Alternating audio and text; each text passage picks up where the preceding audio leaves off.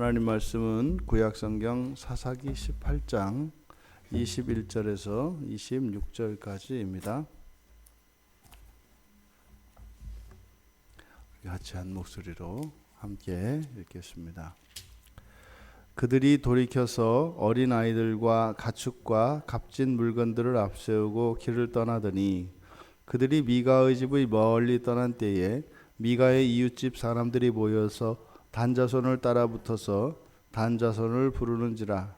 그들이 얼굴을 돌려 미가에게 이르되 네가 무슨 일로 이같이 모아가지고 왔느냐 하니 미가가 이르되 내가 만든 신들과 제사장을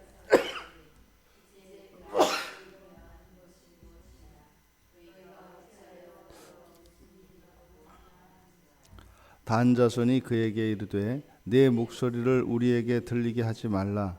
노한 자들이 너희를 쳐서 내 생명과 내 가족의 생명을 잃게 할까 하노라 하고 단자손이 자기 길을 간지라.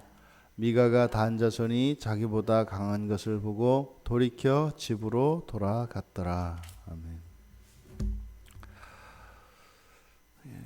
이 단지파의 만행은 이미 앞에서 다른 지파의 땅에 들어가 그곳에 살고 있는 미가의 집에 제사장을 데려가고 또 그것이 어쨌든 우상이었습니다만 그 집에서 모시는 그 드라빔과 에봇과 그 우상을 가져가는 사실 이건 뭐 상상도 할 수 없는 그런 잘못을 저질렀습니다. 그런데 21절의 내용을 보면 단지 그 종교적 목적만으로 그 신전을 턴 것이 아니라 또 거기에서 그친 것이 아니라 그들의 만행은 더했다라고 하는 것을 압니다. 보니까 어린아이들을 데려갔다고 하고요. 또 가축과 값진 물건들을 앞세우고 떠나갔다 이렇게 얘기를 합니다.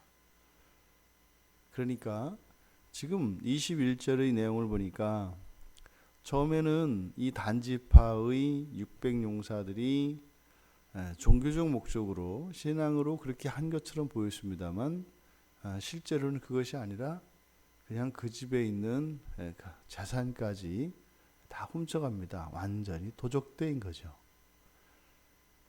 지금 여호와의 백성으로서 한 지파인 단지파가 하는 이 일을 보면 지금 정복전쟁 자기들이 거처할 땅을 스스로 마련하기 위해서 길을 떠난 그 600명의 용사들이 전혀 하나님을 의식하고 있지 않은 것을 보게 됩니다. 그러니까 하나님의 백성들은 특별히 이 전쟁을 할 때라든지 특별한 일을 앞두면 평소에는 그렇지 않았다 하더라도 특별히 몸가짐과 마음가짐을 조심하게 되어 있습니다. 왜냐하면 더더군다나 이 전쟁은 영적인 부분이고 이것은 신들의 싸움이거든요.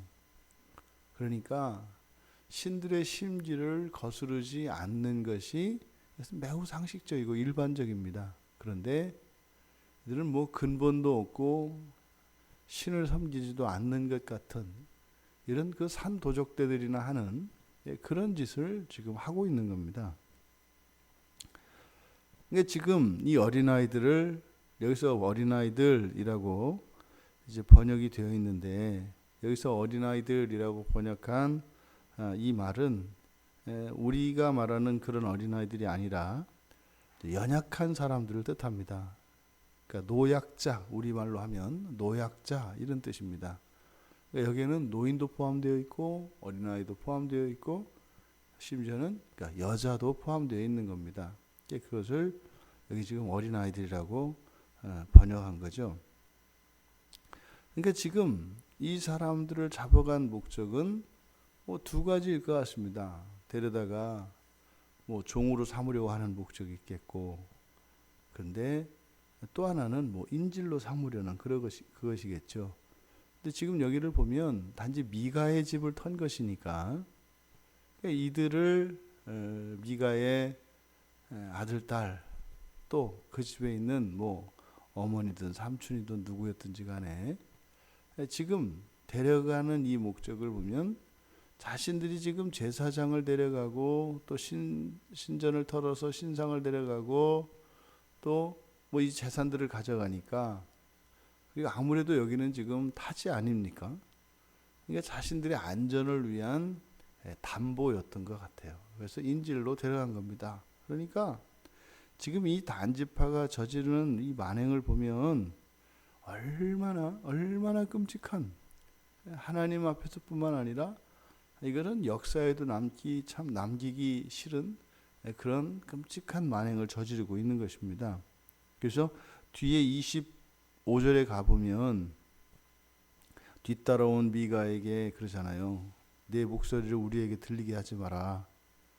너와 내 가족의 생명, 인질로 잡고 있는 겁니다. 그러니까 여지없이 이 인질로 잡았던 이 가족들 때문에 미가 일행을 뒤쫓아왔던 미가 일행을 되돌려 보낼 수가 있었죠.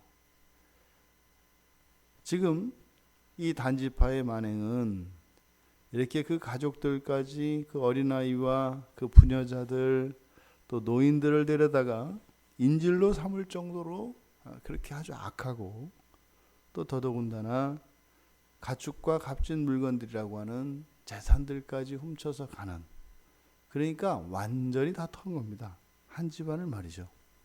신당을 다 털었죠. 제사장을 데려가죠. 재산도 가져가죠.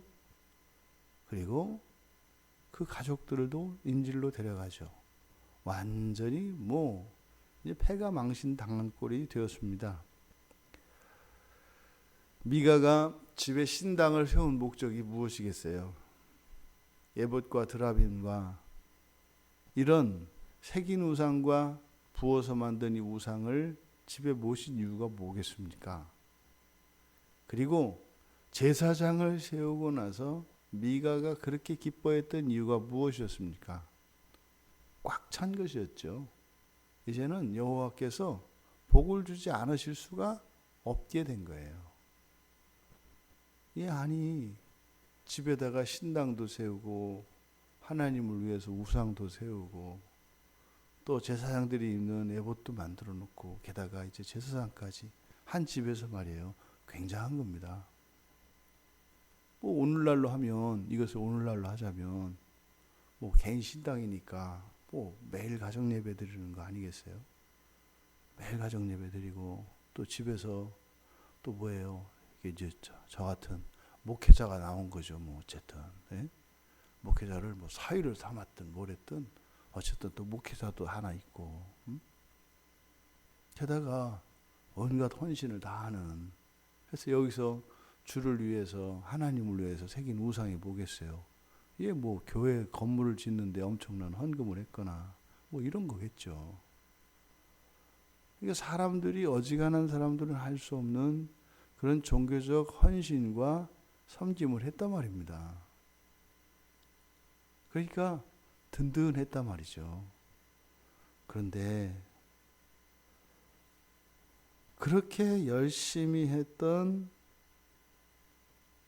그 일에 대한 하나님의 보상은 고사하고 제사장도 뺏겼고 재산도 뺏겼고 심지어 가족까지도 인질로 잡히는 일이 벌어지고 말았습니다. 그러니까 지금 여기에 와서 보니까 이 단지파 사람들의 행동은 그저 미가의 집 전체를 다 털어버린 건데, 어쨌든 그 빌미가 되었던 것이 그 신당과 제사장이었으니까, 만약에 차라리 그것이 없었더라면 이런 끔찍한 참사는 겪지 않았을 것 아닙니까? 이때 미가가 얼마나 후회했겠어요.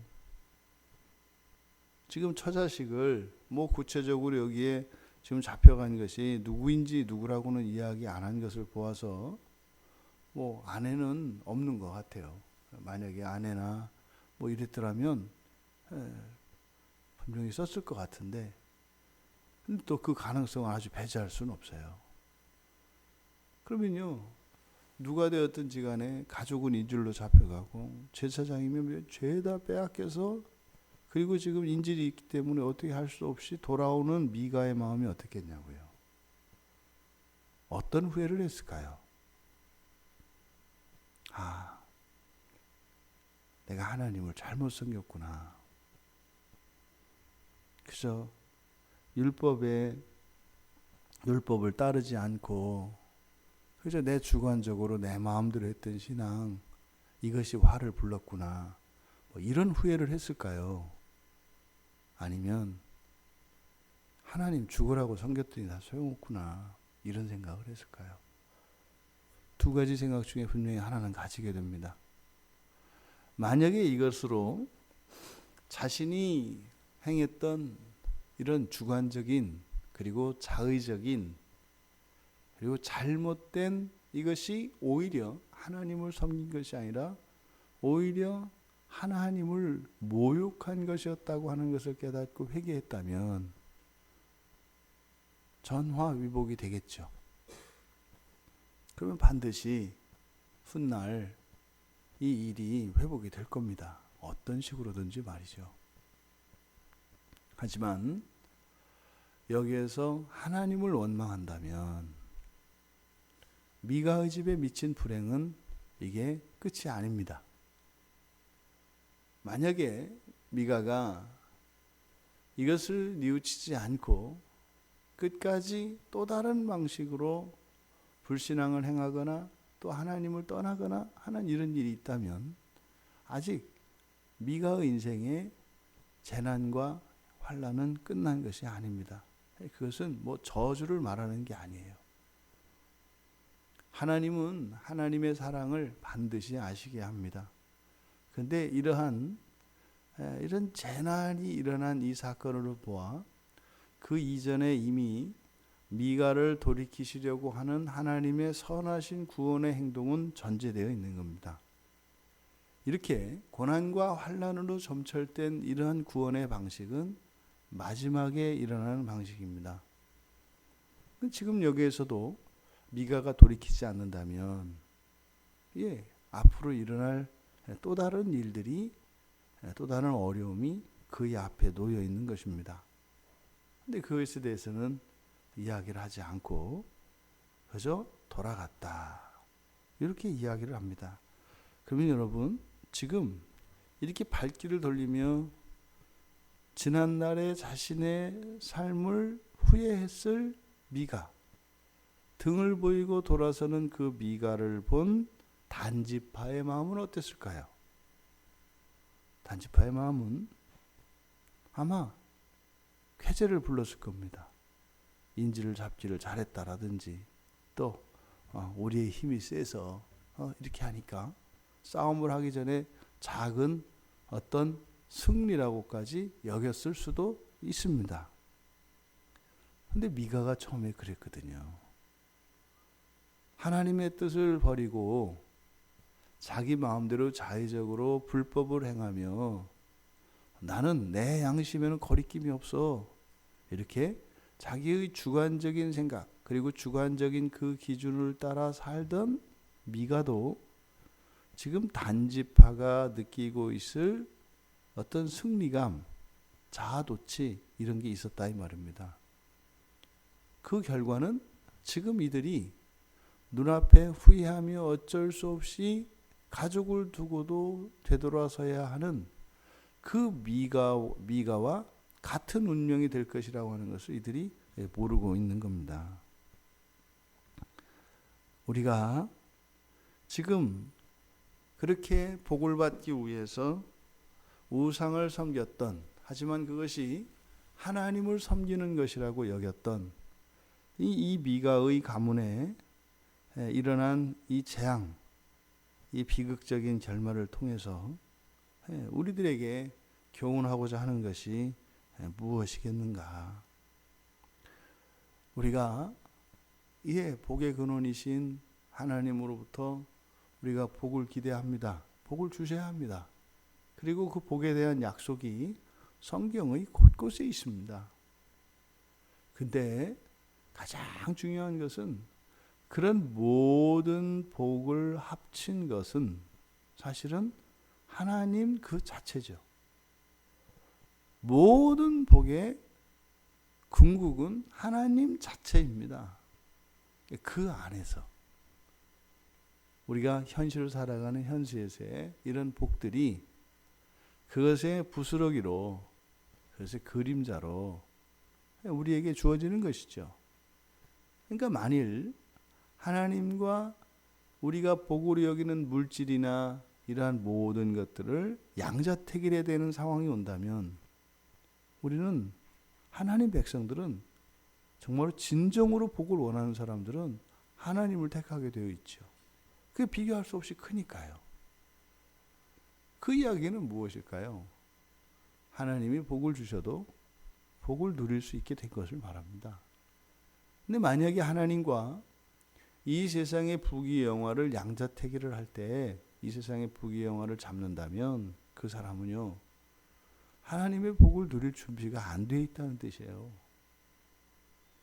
재산이 되었든 무엇이 되었든 그것은 그에게 화를 미치게 될 것이라는 겁니다.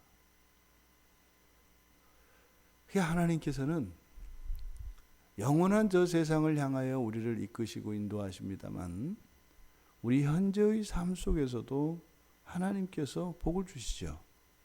그래서 영원한 복인 하나님을 정말 소유하게 하십니다.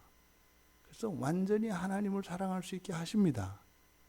그런데 그것만으로 하나님은 이것으로 족하다 하시는 것이 아니라 성경에 나타난 하나님은 우리 현실의 삶에 필요한 이런 복들도 주시는 하나님이라고요. 그런데요, 이 현실의 복들은 흔들고 다지는 과정이 반드시 있습니다. 그냥 주시는 것이 아니라 하나님과의 이 견고한 깨지지 않는 이 연합을 다지시고 그리고 그 위에 부어주신다 이 말입니다. 그래서 항상 우리가 이 신앙의 시험을 겪게 됩니다. 이 인생을 살아갈 때 말이죠. 그럴 때마다 우리는 과감히 지금껏 우리가 쌓아왔던 모든 명성과 재산과 그 모든 것을 아낌없이 하나님과는 바꿀 수 없습니다 라고 견고한 신앙으로 무장되어 있어야 할 것입니다. 복을 받기 위해서가 아니라 말이죠. 그래야 지금 내게 있는 그것으로도 감사하고 그것이 복이 될 수 있기 때문입니다. 그러면 그 위에 하나님의 더 큰 복이 부어지죠. 그러니까 이 복에도 이 부익부 빈익빈이 나타납니다. 복을 받는 사람은 계속 복을 받고요. 안 받는 사람은 안 받게 돼 있어요. 왜냐하면 그 복 자체가 그에게 감당할 수 없는 것이기 때문에 하나님이 복을 주면요, 금세 그것이 불평불만이 됩니다. 왜 이걸 주셔가지고 뭐 이런 일을 겪게 하나, 이렇게 오는 거죠. 어려움이 왔을 때도 오히려 감사하고 그동안 누렸던 그것으로 하나님께 영광 돌릴 수 있다면 하나님이 그에게 무슨 복을 주지 않겠습니까? 지금 미가의 실수를 단지파도 똑같이 행하고 있습니다. 여러분, 복은 우리의 행위의 대가가 아닙니다.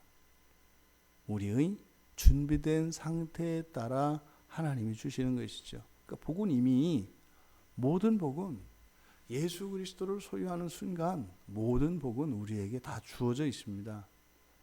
그러니까 노력하고 힘써서 얻어야 되는 사람과 이미 다 가지고 있는데 그것을 누릴 수 있는 사람이 되는 것은 완전히 다른 삶의 방식이에요. 그러니까 엄청난 재산을 가지고 있는 그 부모를 둔 자식과 정말 너무나 가난한, 아무것도 가지고 있지 않은 그런 가난한 집의 자녀의 삶이 다르다 이 말이에요. 마음가짐이 말입니다. 그러면 이렇게 정말 그 가진 집의 자녀로서 부모가 이 아이를 가르치는 것은 뭐겠어요? 돈을 쓸 줄 아는 걸 가르치는 거고요. 그리고 이 돈으로 엉뚱한 짓 하지 않도록 그것을 가르치는 거죠. 근데 이쪽 가난한 쪽의 아이는 어떻게 하겠어요? 돈 버는 법을 가르친다 이 말이죠. 똑같이 학교를 다니고 똑같이 사회생활을 하겠습니다만 완전히 다르다 이 말입니다.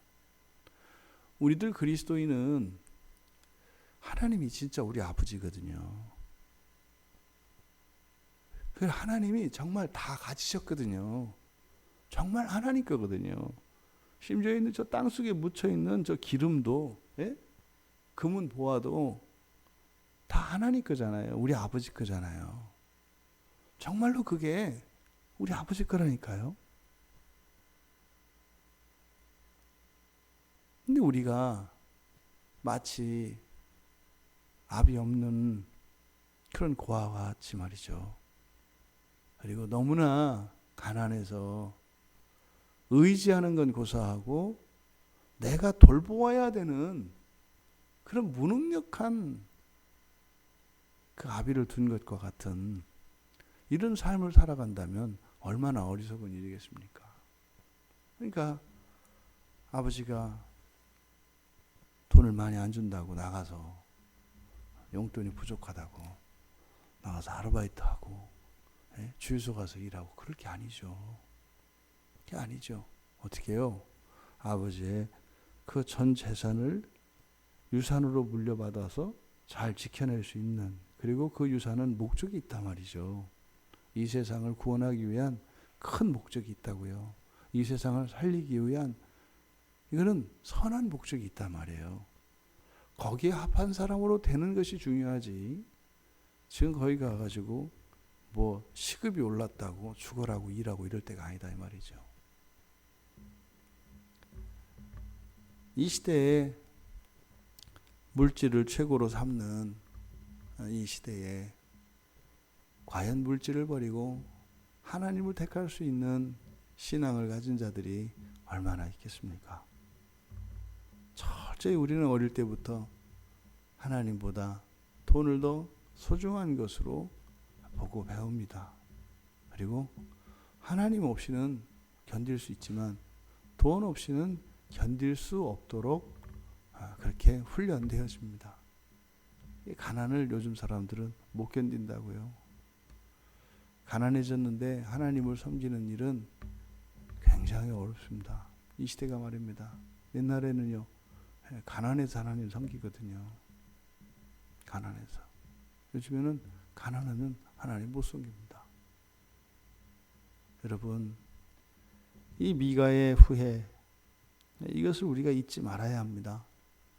하나님을 섬기되 헛된 방식으로 내 마음대로 성경이 가르치는 바가 아닌 그런 주관적이고 자의적인 이런 열심은 하나님을 섬기는 것이 아니라 오히려 하나님을 욕되게 한다는 것이죠.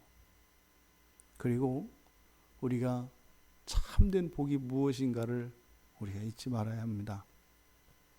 하나님을 온전히 사랑하고 하나님으로부터 사랑을 받고, 그래서 나를 위해서 예수님이 십자가에 죽어주신, 그래서 나는 이미 이 세상의 모든 것을 다 가진 이것을 알고 그것을 누릴 수 있는 이것이 최고의 복입니다. 그렇게 하면 주나요? 복을 저는 하나님께 맡길 일이죠. 하나님께 맡길 일이죠. 그래서 우리의 인생을 아무 걱정 없이 주님께 의탁하고, 그죠? 모든 것을 주신 하나님께 감사하며 그렇게 이 험난한 이 만몬이 판치는 그 만몬이 권세하는 이 세상에서 하나님 주권을 인정하며 오직 하나님만을 왕으로 섬기며 살아가는 거룩한 주의 백성들 다 되시기를 주님의 이름으로 축원합니다. 하나님 아버지, 이 미가의 가문에 일어났던 이 일들을 통하여 저희들의 신앙을 다시 한번 점검하게 하시고, 그저 저희들 주관대로 저희 마음 가는 대로 하는 신앙이 아니라 하나님 말씀을 따라 규모 있는 신앙을 가질 수 있도록 도와주십시오. 또한 저희들이 이미 예수 그리스도를 믿는 그 순간에 저희들이 누리는 이 구원은 이 세상 저희들이 살면서 필요한 모든 복을 능가하는 것임을, 그 가치와 그 의미를 깨닫게 하여 주셔서 이제는 무엇을 소유하고 채우기 위하여 우리의 만족을 위하여 살아가는 자들이 아니라 하나님의 영광을 위하여 살아갈 수 있는 저희들 되게 하옵소서. 오늘 저희들이 살아갈 이 하루 그렇게 거룩하고 구별된 하루 되기 원합니다. 저희들 앞에 놓인 이 하루의 생활이 하나님의 영광을 위하여 감사하며 하나님께 드리는 찬양의 제사가 되게 하여 주시옵소서. 감사하며 예수님의 이름으로 기도드리옵나이다. 아멘.